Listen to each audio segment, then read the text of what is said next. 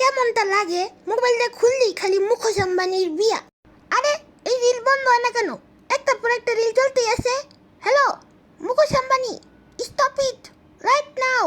এই মোবাইলটারই কামড়ায় ভেঙে ফেলামু। আরে আরে পাল্টাই গেছে মনে হয়।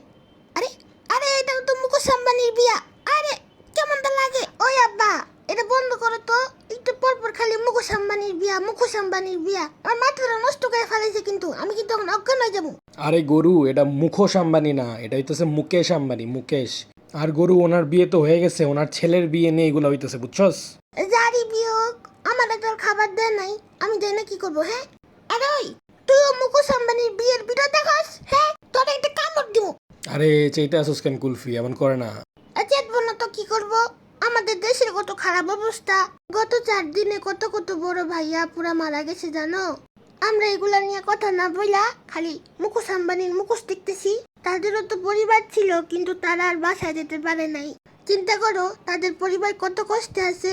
এত কষ্ট করে লেখাপড়া করে বড় করে যখন নিজের সন্তান আর বাসায় ফিরতে না পারে, তখন সেই বাবা মাগুলোর কেমন লাগে।